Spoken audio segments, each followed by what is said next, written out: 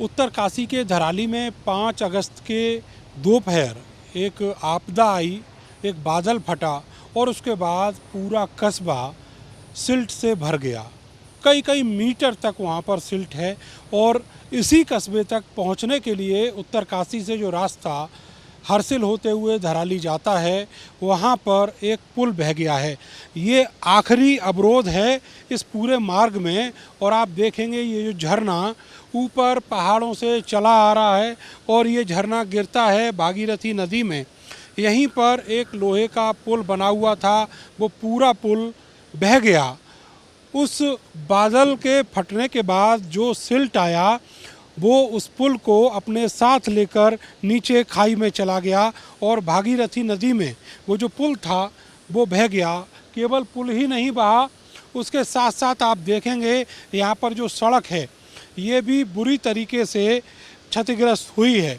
यहाँ जो सड़क है बहुत डेंजरस इलाका है। आप देखेंगे आधी सड़क जो है वो खाई की तरफ चली गई है और आधी सड़क जो है वो अभी इस समय यहाँ मौजूद है। जो बैरिकेटिंग है उसको तोड़ती हुई नीचे सड़क चली गई है। यहाँ पर जाना बेहद खतरा भरा हुआ हो सकता है, जोखिम भरा हुआ हो सकता है। और आगे जो पुल है वहाँ पर अब बेली ब्रिज का निर्माण किया जा रहा है।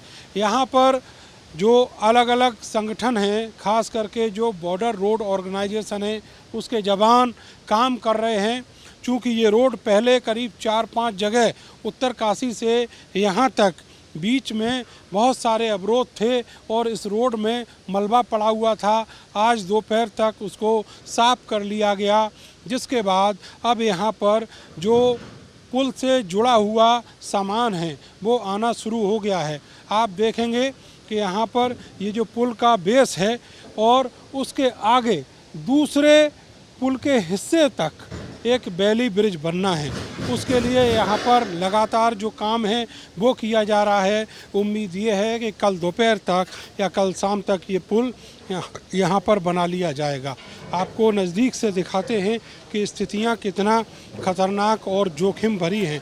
यहाँ पर जो जवान हैं वो काम कर रहे हैं और ये युद्ध स्तर पर काम जो है वो लगातार चल रहा है।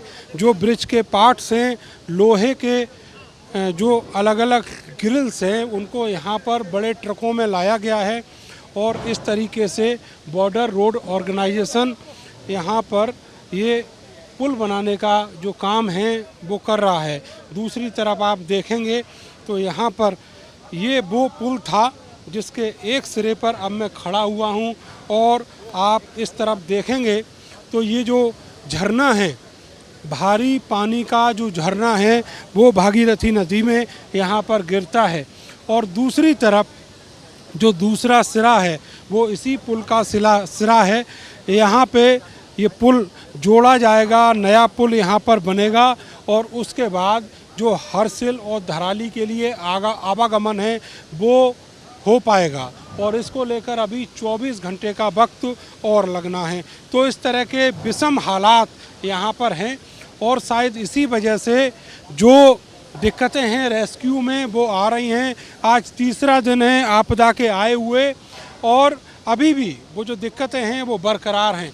तो ऐसे में अब केवल इंतज़ार ही किया जा सकता है, क्योंकि जो प्राकृतिक आपदा है जिसका असर जगह जगह पर हुआ है वहाँ पर उन सब रोड्स को क्लियर करने में, पुल को बनाने में अभी लंबा वक्त लगने वाला है। कैमरा सहयोगी सानू के साथ में नरेंद्र, भारत समाचार, गंगनानी, उत्तरकाशी।